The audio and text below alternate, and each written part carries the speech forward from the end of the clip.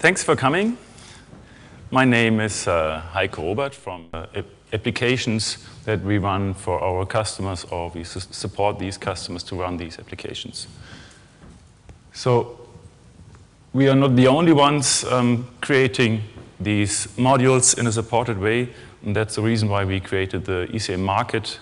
And one reason to create the appliance is to have a standardized platform just ready to install, plug in the modules, and then you can go on. That's something which is our intention to make the customers of Alfresco users happy.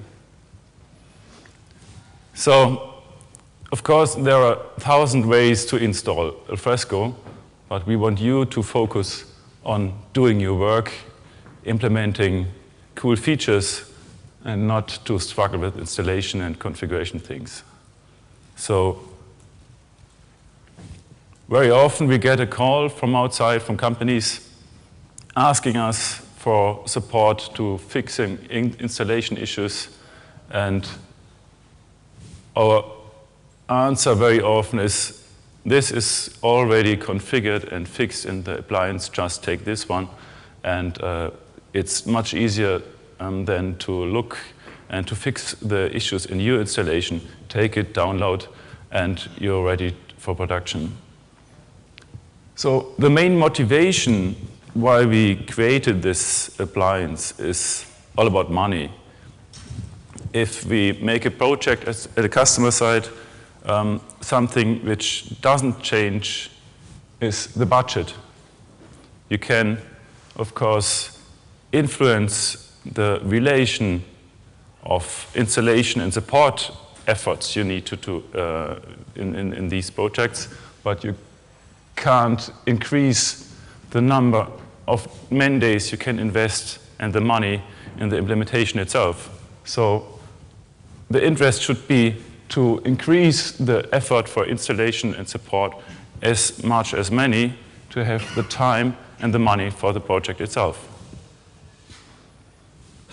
So the idea is to have all the experience, best practice, how-tos ready to use in a box, just to install, to use it, having documentation around it.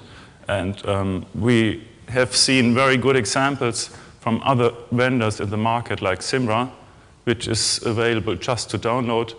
And lots of customers are using just the appliance rather than installing that in a custom environment. Are you already using virtualization in your company? Just some hands up.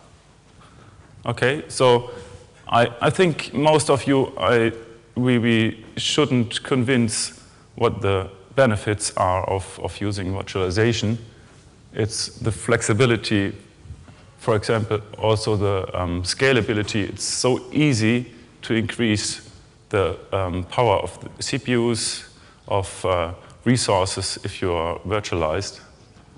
But also for availability, if something fails, the virtualization environment helps you so much just to fail over to other systems.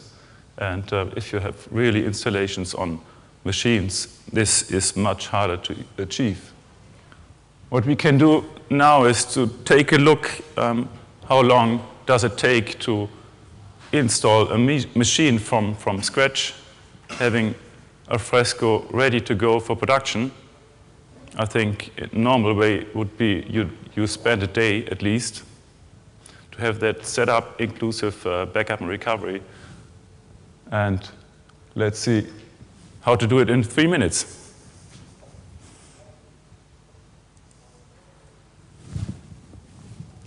That's the console from VM Server ESX.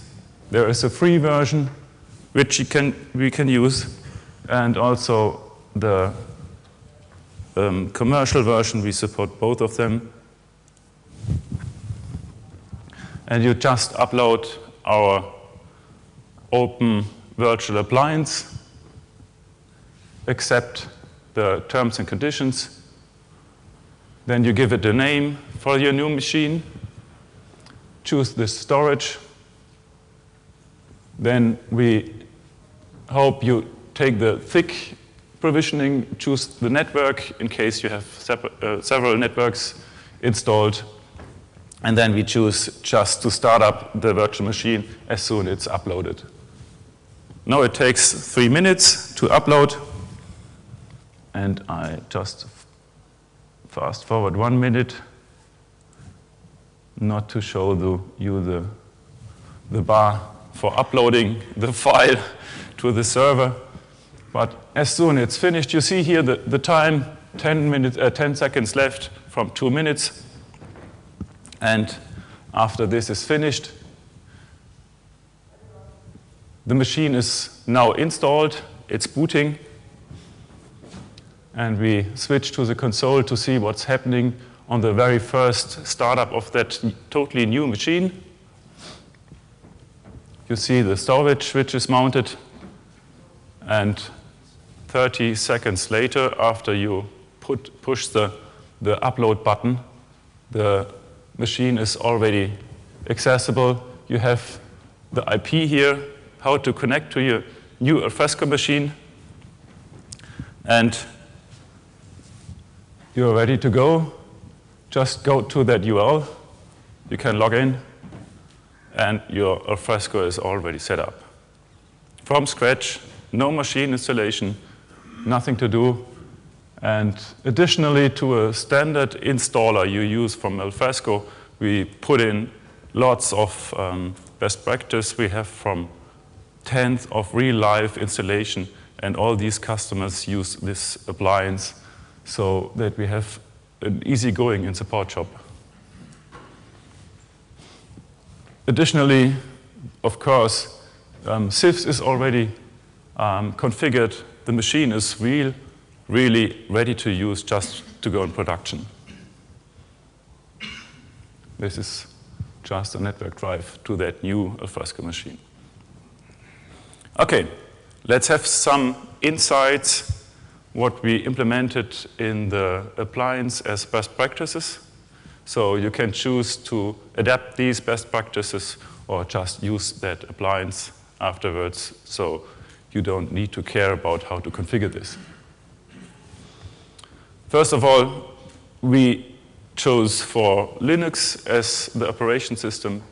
One of the reasons is it's much easier to maintain from remote, and you can much more easy automate things in the background. We have lots more tools than in Windows environments.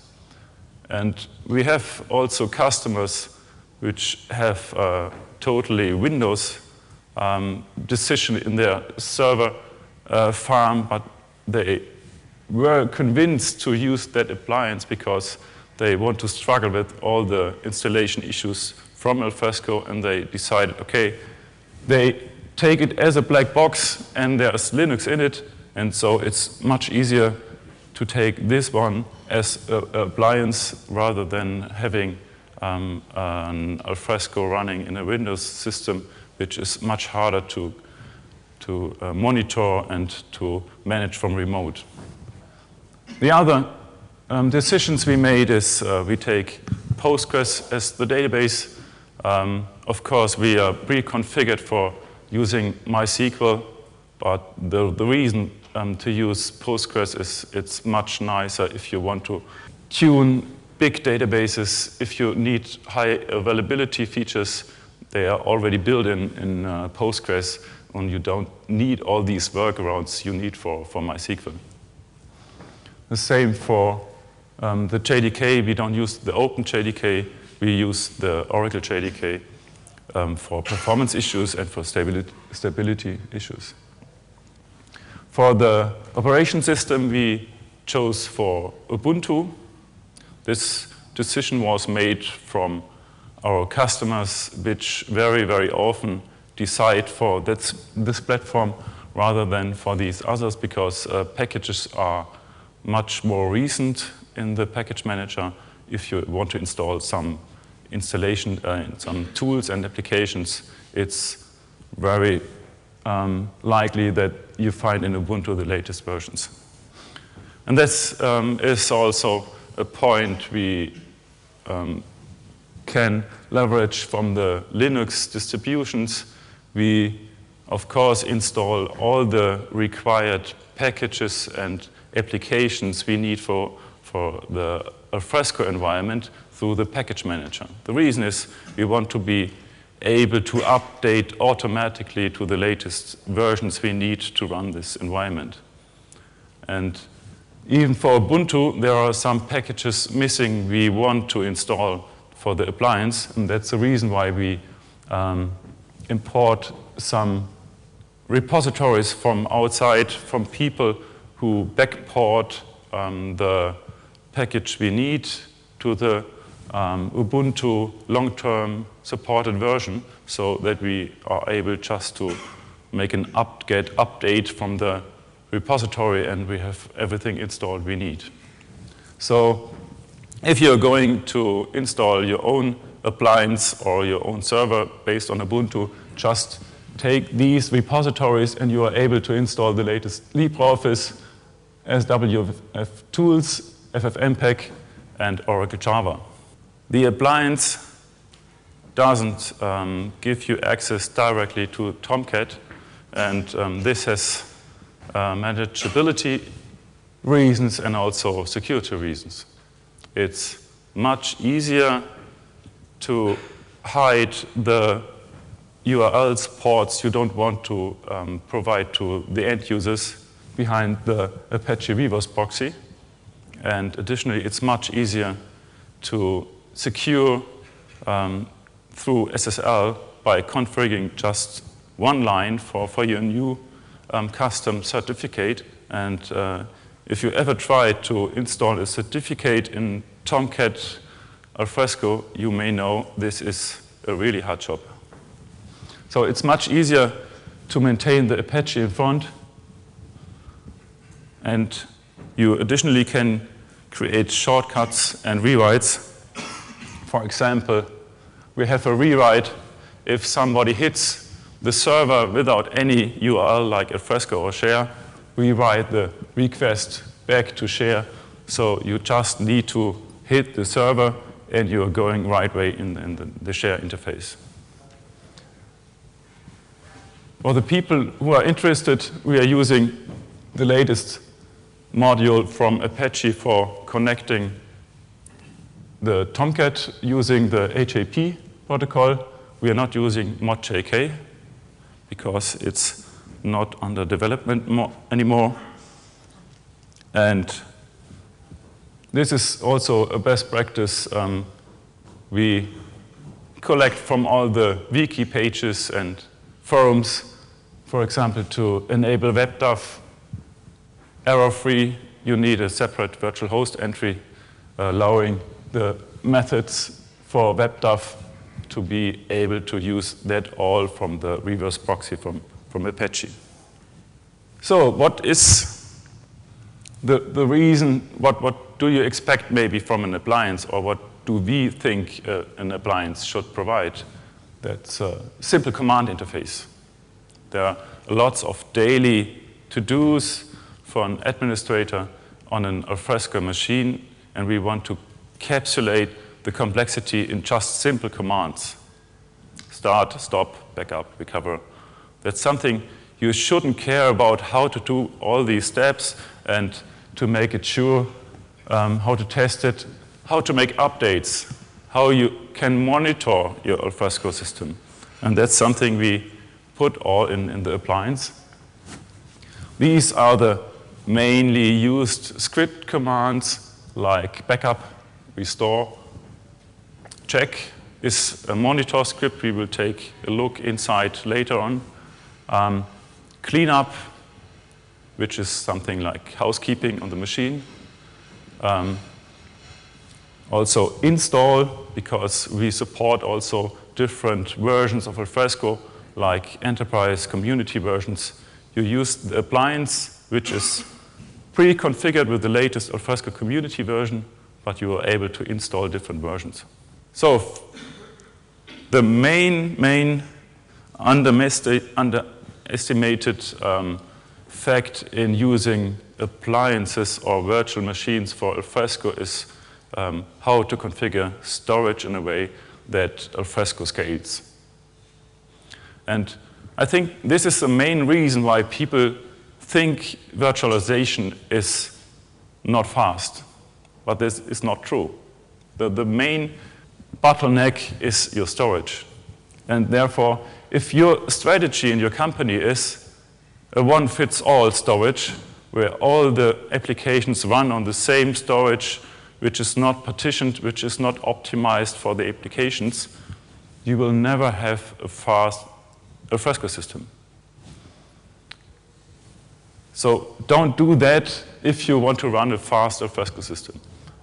We recommend even try to partition that storage in a way that you can guarantee the throughput the Alfresco system needs, or you can use a strategy to just use the fast storage for the base system, for the operation system, for the database, for the index, which means what we uploaded 5 minutes ago, this should be stored on a very fast storage. But the mass data, which is Alf data, you may know, should be put on a separate NAS system. An NFS volume is much easier to handle and doesn't need to be so fast like the other volumes. And we can see that this has some additional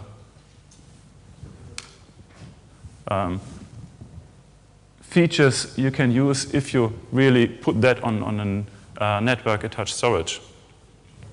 What we see here is a standard configuration how to put the storage on your NFS volume, and this is just a placeholder for the commodity hardware you can get in the market for just 1,000 euros, and it's mostly much faster than access to your very, very expensive sound system. So because it's a shared system, and this you can just put it in your data center as a private NAS system. And we have 3 mounts here. One is the backup, and then we have the content store and the content store deleted, which is stored on the NAS system. And of course, for availability reasons, you should take 2 NAS systems because you can put the backup on the one system and the live Alf data system on the other. And it's much easier to have the backup on disk because you can make it much faster. You're much faster to restore, and we can take other features. And if you want to put a backup on the tape library or on tape, you can just take it from the backup NAS system. Next, backup. We have seen some tools in the market, also like BART.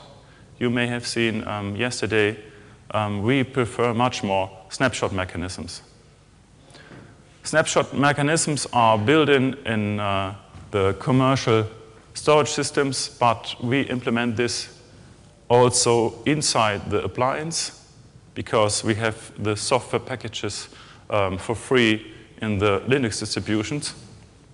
And the reason why we use snapshots is it's so clear and so robust to go back to a backup rather than having all these files and backup files you have to restore. Just let's take a look how it works to make a snapshot.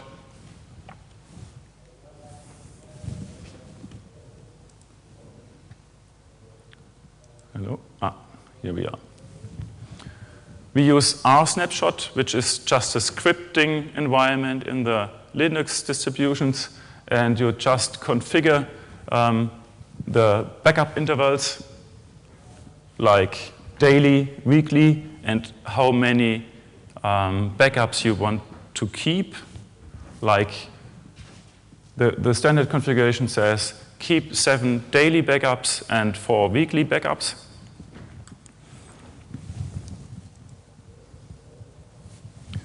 And this backup is called from cron jobs every day, from day 1 to today 6, we are taking a daily snapshot, and on the last day of the week, we are taking the weekly snapshot. This is nothing you have to remember. It's already pre-configured in the appliance. So we can see it, how it works by executing the backup command manually. Here's the log output, and here's just the command you have to fire up to make a backup.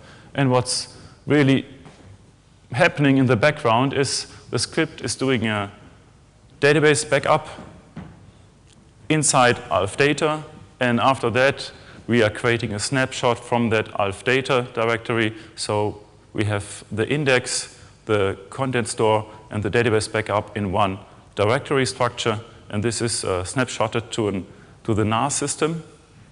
And our snapshot uses a very intelligent way to make these snapshots by creating hard links, which means a file, even if you make tens of copies of that file, it's only stored once on the disk. So it's very easy to create incremental backups without the hassle to find the right files, because if you can take a look on the ready-made backup, you see in your backup just the instances like daily 0, 1, 2, 3, 4, and what you defined on snapshots. And inside these snapshots, you see the whole structure from your original machine. The structure means backup day 0, which means yesterday, the appliance name, and there you see the whole file system structure from the backup. So it's very easy, very robust, and much easier to handle than all these backup solutions which compress and combine this in files, even for incremental backups, because you store only the files once on the disk and not for every copy.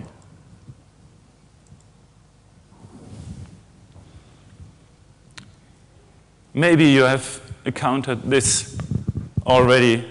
You think you have a good backup strategy for Alfresco, but what happens if your boss calls, "Oh, sorry, guy, I lost my very, very important presentation. I need the version from yesterday." How to do that? Normally, you have to recover the whole system, or even you have to recover the database and find out by SQL to find the file which is stored in the Alf data directory, because there is no mechanism available how to get file recovery from older backups. So what we implemented is, why not combining this snapshot mechanism with an ongoing mounted second Alfresco instance running on that backup. So the standard answer would be, just go ahead and we have a second instance running as a snapshot version where you can go and recover your files. The concept behind is we use unionmount, which means we never want to mount the backup for writing, because we may need it some day later. So it's not possible. It's not a good idea to run a second Alfresco from your backup. But what you can do is mount that backup snapshot, combine this with a cache directory where the file system can write new files and delete files. And this is shown to the operation system as a writable Alfresco repository. So there's a command in the appliance just to leverage that feature. And what we are doing is just installing just installing a separate Alfresco appliance. What we are doing here is just deleting a file in the background so we can restore that file later on. And we use the new feature inside Alfresco 4.2.e that a user can also, this is the German version, I'm sorry. We are just emptying the trash, so the file is really gone from the system. And now the telephone calls and you have the job to recover that file. So the normal way is we have a separate appliance which is installed in 3 minutes, you may have seen, but the storage is not the same way mounted like in, come on.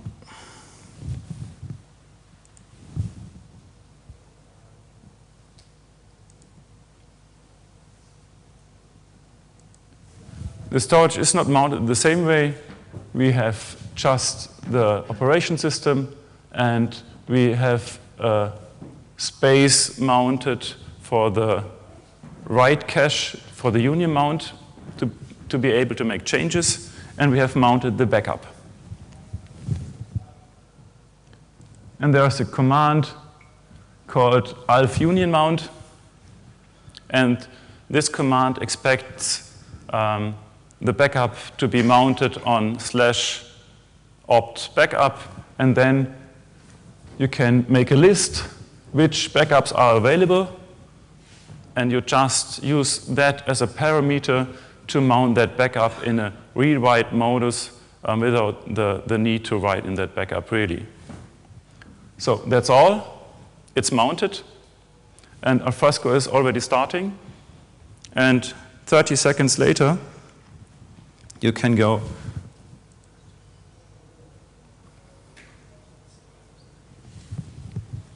you can tell your boss, just go to that URL.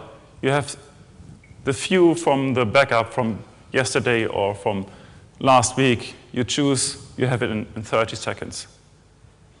Depending on the storage, how fast it is, we use that scenario also for very, very big Alfresco systems to test migrations, because it's not always possible to have terabytes additionally just for testing. So this is an ideal testing environment for installations, migrations, and all these stuff you may use. What you can see here is the user can just find the files he wants to restore and save it in the production Alfresco using sysvs. That's very easy. Everybody is able to handle that.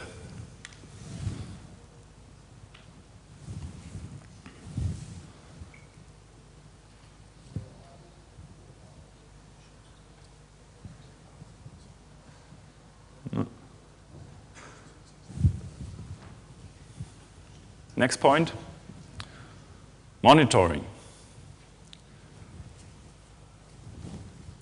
You are happy your Alfresco system is running, but you should know that it's running and that it's healthy. So there are two aspects in monitoring. The one is, what about numbers? Like how many threads are running in that system, how much free memory, what is about the disk space, everything you need to know to say, okay, the system is healthy. The other thing is to monitor the services. Is Alfresco at all available through sysvs, for example, through HTTP? Can anybody log in? This is something you should monitor to say, okay, the system is fine. We first implemented in our very first appliance version Munit and Monin as a solution, but we have to recognize that there are already common practice. So Nagios is mostly used for monitoring or other systems, and we just use on the system Monit to monitor the availability of the Alfresco services like Tomcat, and to be able to restart if something happens we want to handle. And for the other information we want to collect, we have special scripts which we can hook into Nagios or even other monitoring systems. This is just the check script called without any parameter, and we check every service, the running Tomcat instances we have, how many threads are left, how many memory is left on the Tomcat, and everything you need to know if the system is under heavy load to control if something is going wrong. These numbers are also available in file format. So we call this script every 3 minutes, for example. It's pre-configured in the cron job. And the script is writing down files to a Nagios directory, which you can monitor with your own monitoring enterprise solution. So, for example, if you see the backup, and this is updated in the last 24 hours, backup was running fine.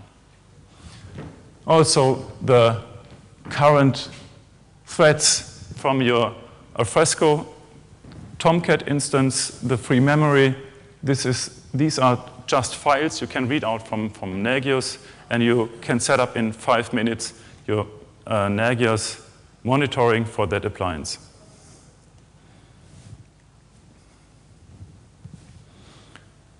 We have also some limitations we found in standard installations to scale that appliance also for very big systems.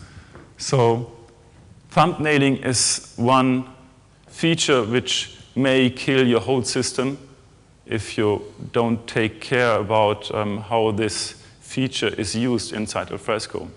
For example, if you load up lots of file to Alfresco and then people go to share, what happens is that Alfresco starts the converting jobs using ImageMagick, and this will block your whole system because ImageMagick will fire up for, let's say, 20 images in parallel, and if you don't have 20 cores left, the system is under heavy load. It's unusable. So the trick is we have a configuration in the global properties to limit the async actions core pool to just 2. So you are happy to just run ImageMagick in the background for a maximum of 2 threads in parallel, but you can slow down this. And you can tweak also features you may not need, like the system usage for the memory quota. If you don't use the quota feature, you can just switch off the calculation of the group and user storage need. Another trick to limit the resources for transformations, which can kill your system, is using operation system commands. This is a very new feature we got from Peter Löfgren. From his scripts, we use a command called taskset to call the ImageMagick, which makes you possible to say the ImageMagick process is only allowed to run on 1 core or 2 core. You define it here. So if Alfresco calls convert, it's pinned here just to the first core, and you will be happy because your Alfresco system is still stable, fast, and the image magic process is going in the background only on one core. There's another parameter we adjusted in the Alfresco standard installation, which are the standard maximum sizes for document conversion. Maybe you were wondering why your Word document didn't get a preview. Mostly it's the maximum size which is defined for our opinion much too slow. So we increased these sizes to 20 megabytes. You can increase that further to be able to get previews also from bigger Office documents. You find this in the extension path for the transformers, for the default configuration of the transformers.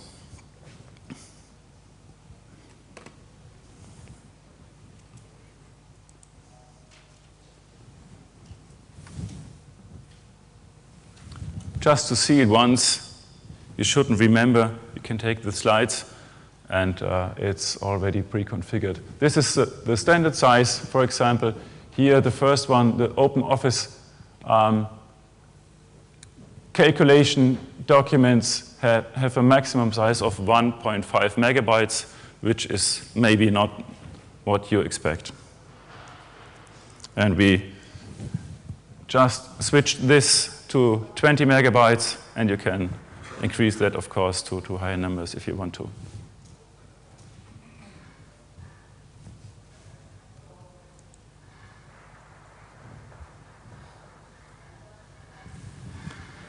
Some outlook, what's happening in the future. We are planning to implement also a point-in-time recovery because we have a robust database inside with redo logs, and so the scripts will be able in future to say, I don't want to go back to a version from the last backup, rather than I want to go back to today, 10 o'clock, because somebody made some big mistake 5 minutes before. So that's something we also include in the appliance. We are planning to implement an admin user interface, which is available with the operation system like in other appliance systems, independent from Alfresco. So you can start and stop Alfresco from that user interface, look for numbers, backup, and restore. Tasks can then be done from that user interface. For today, you need a command line. Also, we are planning to pre-configure something like a support access for getting remote access from outside if you're running the system in your data center and you need some support because something is going wrong. You can start a script, and the system is opening a secure SSL connection to our support server, and we are able to log in your system and help you to fix problems. What we also want to implement is an Alfresco to Alfresco synchronization, so you are able to push documents from one instance to another instance, and of course we will get a pre-configured integration to the ECM market to enable you just to install modules directly from the market to the appliance. Our plan is use Alfresco, it should work, have fun with it, and it's pre-configured rather than just doing the job to install and walking all through these wikis and Jira tickets to find out what to configure how to get it working.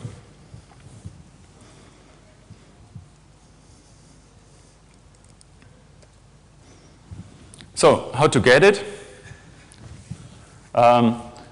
It's unfortunately not fully free.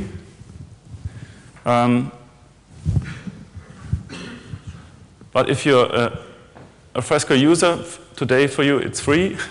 The reason behind that is we give it for free for our service customers.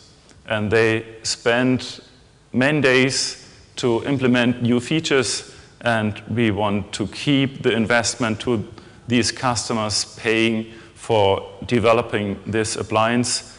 We don't want to earn money with that, but we make sure if somebody pays for implementing new features, he should elaborate from these features for some time before committing this to an open source or to a free version. But what we can do is we are looking for co-workers, so we can share this for users. Just send us your badge as a photo or a scan, and you will get access to our support system where you can download the latest appliance. If you're a partner, contact us how to co-work, how to you can involve in that development so that we don't need to talk about money, just use it.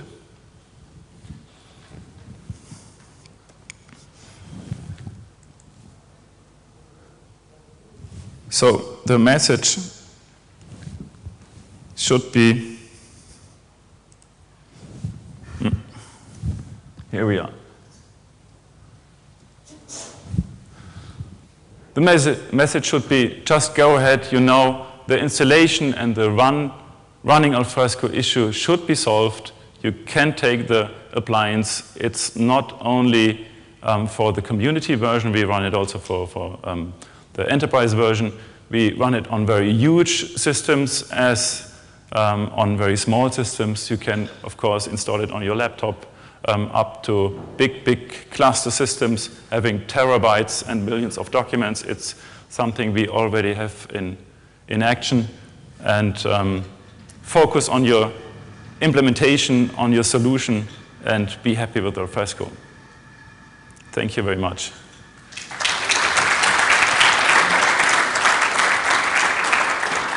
Any questions so far? It sounds very interesting, but how about adding configuration for clustering? Pardon me?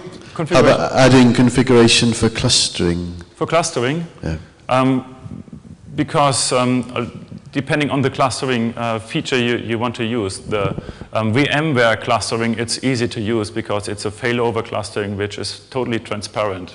If one machine fails, it's going over to the next instance without reboot, or you just lost service for some seconds because it takes time to go the virtual machine from one cluster node to the other cluster node. What we don't use is Alfresco cluster technology. Okay, that was what I was asking about Alfresco clustering. Okay. Thanks.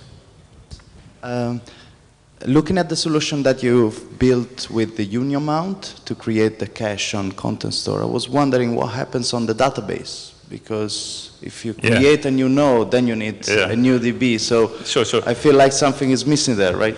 Okay. What the scripts do is, if you call the unionmount, we restore the latest index and the database, which is on very huge systems. This takes something like 15 to 30 minutes, and the mount, of course, it's done in seconds. But this is covered by the scripts. Okay. We don't run the database from a NAS system. It's recovered from the snapshot backup. Right. Okay. Thanks. Just curious how you configure something like using, or whether you even supported an external database like Oracle or some other system, and how you would do things like hook up external SMTP servers. Is that something you do through an OVA form you've developed when they deploy the appliance, or is that just purely post-install steps at the command line that they do?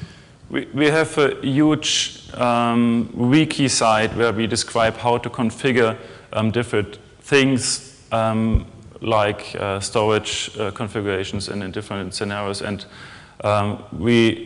for the database support, it's on request. We focus on Postgres because we want to use special features from Postgres like materialized views and reporting. We can use as an alternative to get out views and reports from Alfresco usage. And that's not possible if you say we support any kind of database.